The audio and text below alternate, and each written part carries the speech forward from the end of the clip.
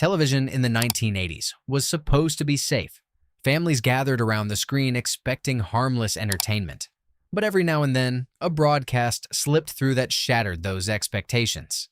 These were the horror movies that went too far for television, stories that shocked viewers, disturbed critics, and left audiences wondering how they ever aired at all.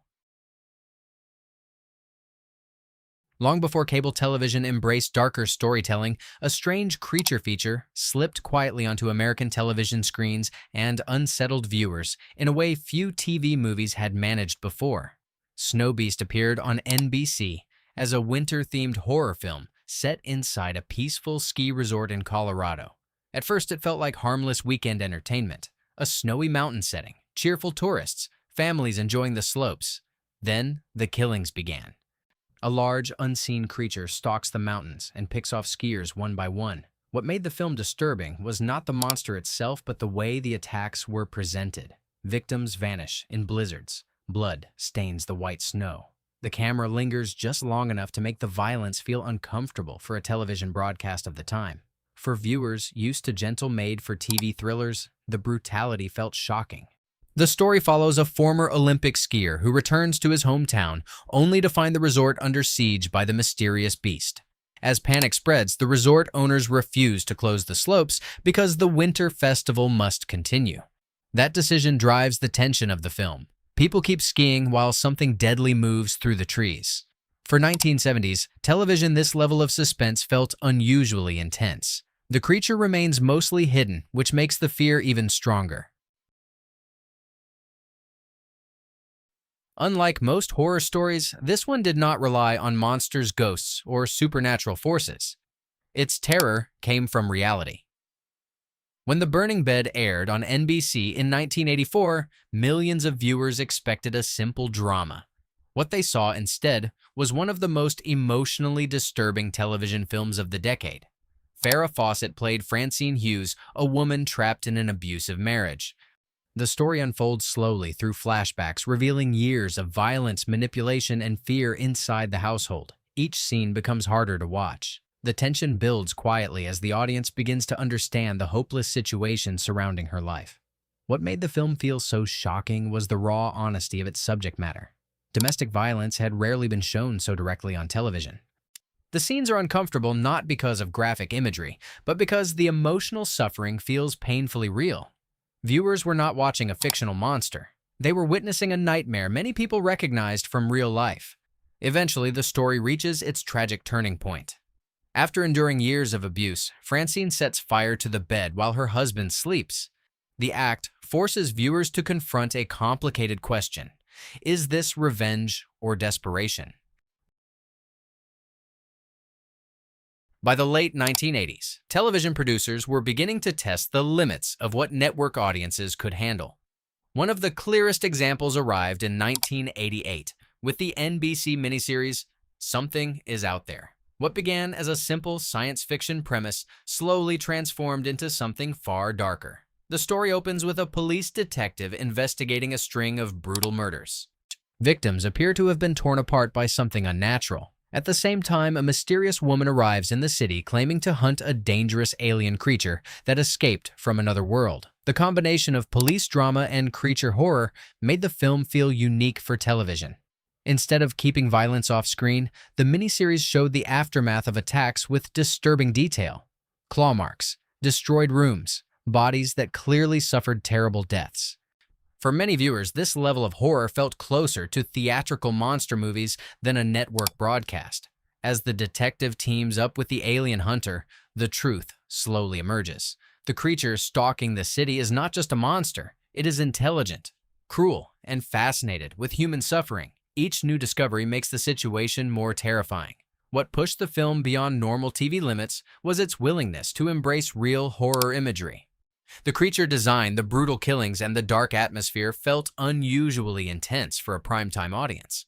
Parents who expected safe television suddenly found themselves watching something much closer to late-night horror cinema.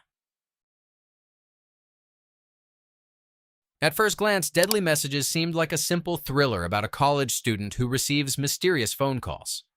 Yet as the story unfolds, the movie transforms into a deeply unsettling psychological horror experience that pushed television suspense further than expected. The film follows a young woman who begins receiving strange calls predicting violent crimes. At first, she assumes they are cruel pranks. Then, the predictions start coming true. Each message describes a murder before it happens.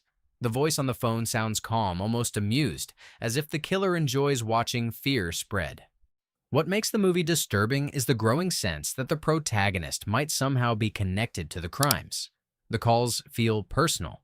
The predictions grow more specific. Slowly, paranoia begins to take hold. Television thrillers in the 1980s usually relied on predictable formulas. This film broke that expectation by exploring psychological dread. The tension does not come from sudden violence, but from the terrifying possibility that the mind itself might be betraying reality.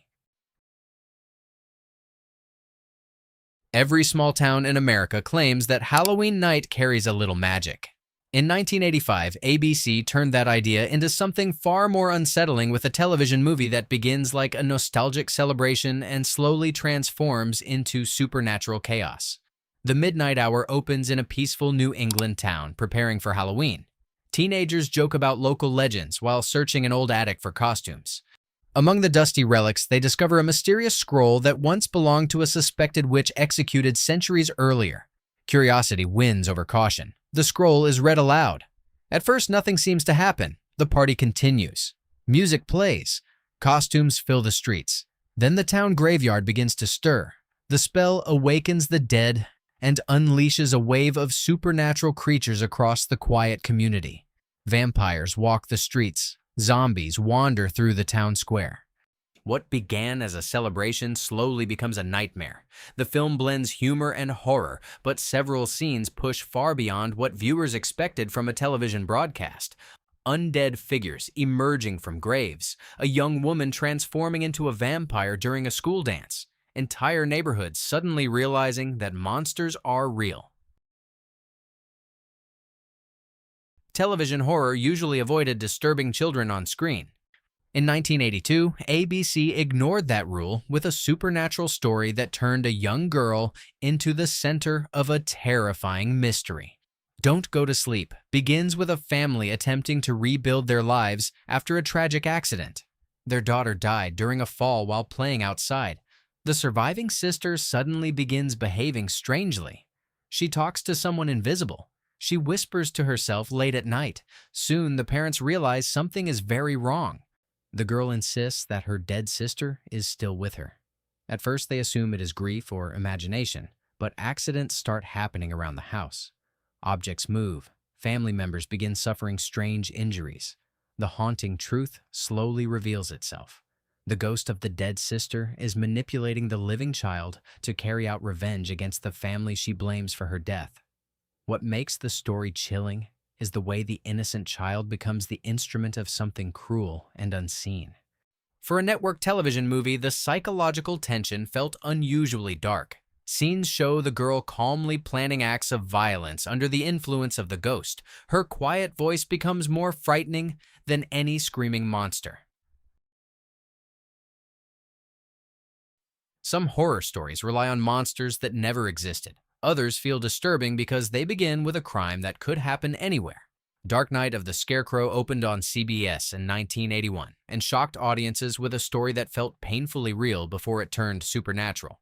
The film introduces Bubba Ritter, a gentle man with intellectual disabilities who lives in a quiet rural town. Children trust him. Neighbors tolerate him. But one accident changes everything. A young girl is injured and several men immediately blame Bubba without evidence. Fueled by fear and anger, the men hunt him down like an animal. Bubba hides inside a scarecrow disguise in a field hoping to escape their rage. Instead, they shoot him where he stands. The truth soon emerges. Bubba was innocent. The men killed him for nothing. After the trial, the killers return to their lives, believing they have escaped punishment. That confidence begins to crumble when strange accidents start happening. Farm machinery fails. One man dies in a terrifying mechanical incident. Another is attacked in a brutal confrontation with a piece of equipment that seems almost alive. When viewers saw the title Invitation to Hell appear in television listings, many assumed it was exaggeration. After all, this was still network television. Surely the film could not be that extreme. Then they watched it. Directed by Wes Craven, the mind behind A Nightmare on Elm Street, this strange television movie aired on ABC in 1984. At first, the story looks like a simple suburban mystery. A family moves into a peaceful community where everyone belongs to an exclusive country club. The club appears luxurious, perfect lawns, friendly members, elegant parties. Yet something feels wrong the moment the family arrives. Members behave strangely loyal to the club with an intensity that borders on obsession. Those who refuse invitations seem to disappear from the neighborhood. The deeper the family investigates, the more disturbing the truth becomes. The club is controlled by a supernatural force that feeds on human souls. Behind the beautiful swimming pools and tennis courts lies a literal gateway to another dimension. Members who join willingly surrender themselves to a demonic power that promises wealth, success, and eternal comfort. For a made-for-television movie, the imagery felt bizarre and deeply unsettling. Glowing portals, robotic servants, characters who suddenly transform into something not entirely human. Craven used the suburban setting to create psychological horror. The idea that evil could hide behind perfect lawns and friendly smiles made the film feel strangely believable.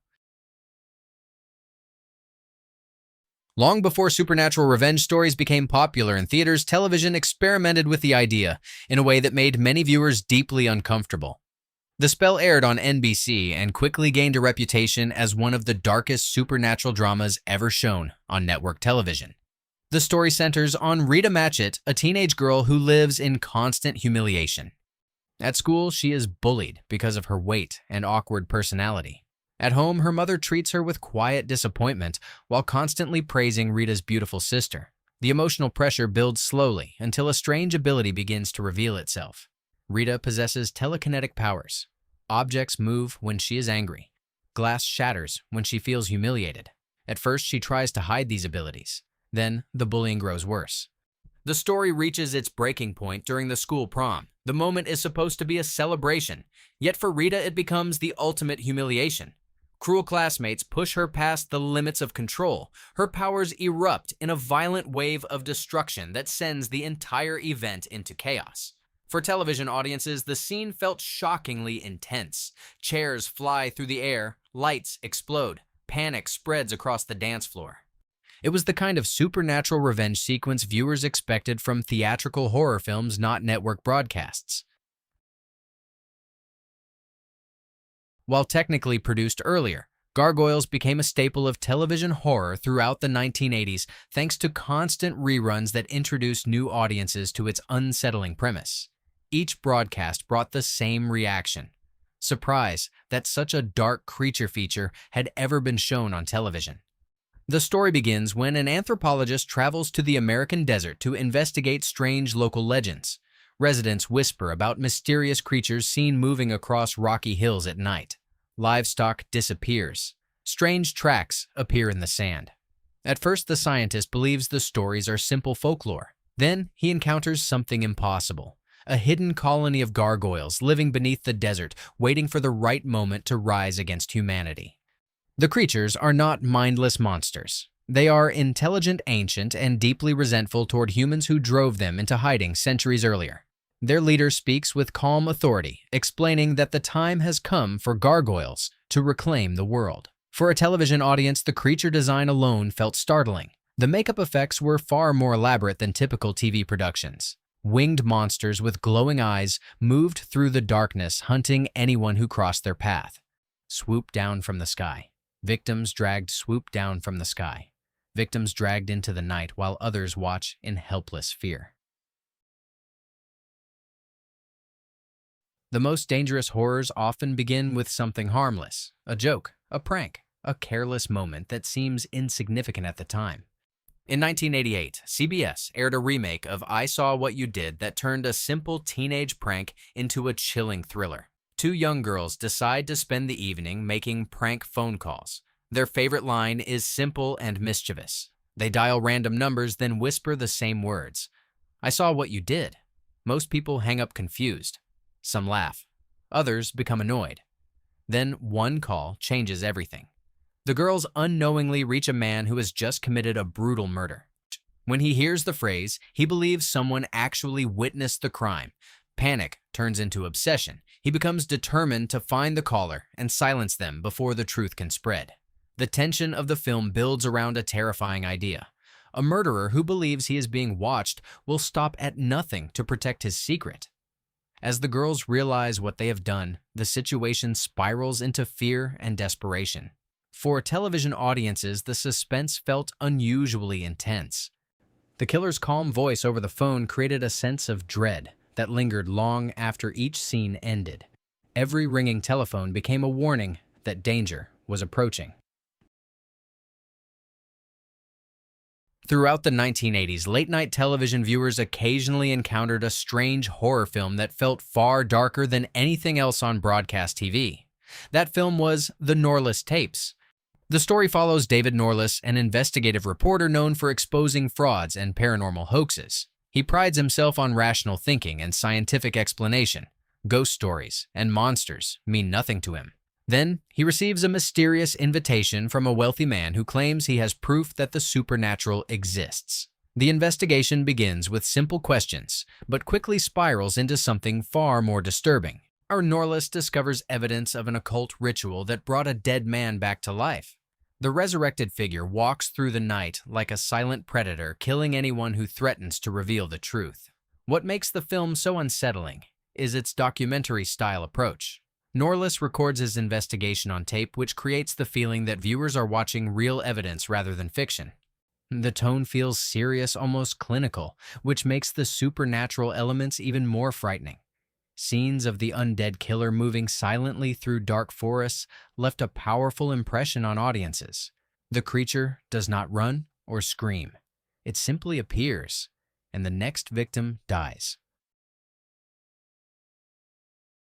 When Stephen King's vampire novel Salem's Lot was adapted for television, the result became one of the most unforgettable horror events ever broadcast on network television. Though technically released in 1979, the miniseries dominated television screens throughout the early 1980s through reruns and special broadcasts. The story follows writer Ben Mears, who returns to his childhood hometown, hoping to confront old memories. Instead, he discovers that something far more sinister has arrived in the small town. Residents begin disappearing. Strange illnesses spread. Then the horrifying truth emerges. Vampires are slowly turning the entire community into an army of the undead. What made the broadcast legendary was a single image that haunted viewers for decades. A young vampire boy floating outside a bedroom window, scratching softly on the glass, asking to be invited inside. The moment was simple, yet terrifying. For children watching television late at night, it became a nightmare they would remember for years. Unlike many television horror stories, the miniseries embraced a bleak atmosphere. The vampires were not romantic or mysterious. They were cold predators draining life from an entire town. For millions of viewers, this broadcast proved that television horror could create images as frightening as anything shown in cinemas. In 1983, ABC aired a film that replaced supernatural terror with something far more real. In 1983, ABC aired a film that terrified an entire nation without using a single monster. The Day After told the story of what might happen if nuclear war erupted between the United States and the Soviet Union. The film follows ordinary families living in Kansas as global tensions slowly escalate. News broadcasts grow more alarming. Military convoys move across highways. Then, the unthinkable happens. Missiles launch. The nuclear explosions are shown with shocking realism for television. Cities vanish in blinding flashes. Shockwaves tear through buildings. Survivors stagger through a ruined landscape filled with fire and radiation. What truly horrified audiences, however, was what came next. The aftermath. People suffer radiation sickness, crops fail, society collapses, hospitals overflow with victims who cannot be saved. The film refuses to offer comforting heroism. Instead, it shows a slow, painful decline of civilization.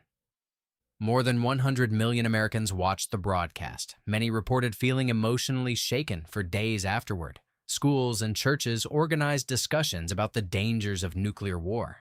The terror came from a simple realization. Everything shown on screen could actually happen. Yet even after witnessing this apocalyptic nightmare, television horror had one final story waiting at the top of this list, and it involved a ghost who refused to let injustice remain buried.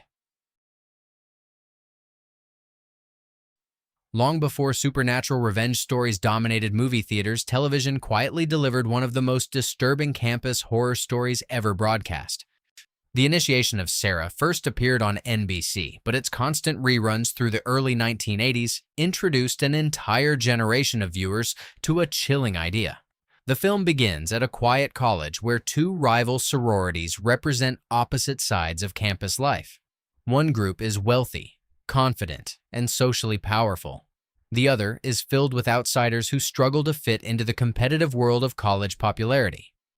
Among the outsiders is Sarah Goodwin, a shy student who feels invisible to nearly everyone around her. She is intelligent, sensitive, and painfully aware that she does not belong in the glamorous social circles dominating campus life. What Sarah does not fully understand is that she possesses a dangerous ability. From childhood, strange events have followed her moments of anger. Objects fall from shelves, lights flicker, glass cracks without explanation. At first, these incidents seem like coincidence, but the truth slowly becomes impossible to ignore. Sarah has telekinetic powers. At the same time, the leader of the rival sorority begins targeting her with cruel psychological games. Humiliation becomes entertainment. Parties become traps designed to embarrass the quiet girl who refuses to fight back. The tension builds toward a final initiation ceremony where the bullying reaches its peak. Surrounded by laughter and cruelty, Sarah finally loses control of the power she spent her entire life trying to suppress. The result is chaos. Doors slam without warning. Furniture flies across rooms. Panic spreads through the crowd as an invisible force tears through the celebration. What began as a cruel prank transforms into supernatural revenge that no one can escape. For television audiences, this climactic moment felt startling. Network broadcasts rarely showed such intense supernatural destruction, especially inside a setting as familiar as a college campus. When the final moments arrive, the audience is left with an unsettling realization. Monsters do not always come from dark forests or ancient graves. Sometimes they are created by cruelty. These were 15 television horror movies from the 1980s that pushed the limits of what viewers expected from network broadcasts. Some frightened audiences with monsters, while others revealed darker truths about humanity itself. If this countdown surprised you, stay tuned, because television history hides many more forgotten nightmares.